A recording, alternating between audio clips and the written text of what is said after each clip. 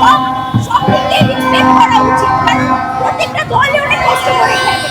আমাদের উচিত সবাইকে রেসপেক্ট করা। এটার জন্য যে আমরা টিমের বিরুদ্ধে চলে যাবো এমন কিছু না। আমি চাই সবার ক্ষেত্রেই যাতে সবাই প্রত্যেকটা টিমকে রেসপেক্ট করুক, এতটুকু কিছু আর কিছুই চাই না। প্রত্যেকটা টিমে হার জিত আছে, তার মানে যে আমরা দল চেঞ্জ করে ফেলবো এমন কিছু না। যারা খেলেন তারাই বুঝে কষ্টটা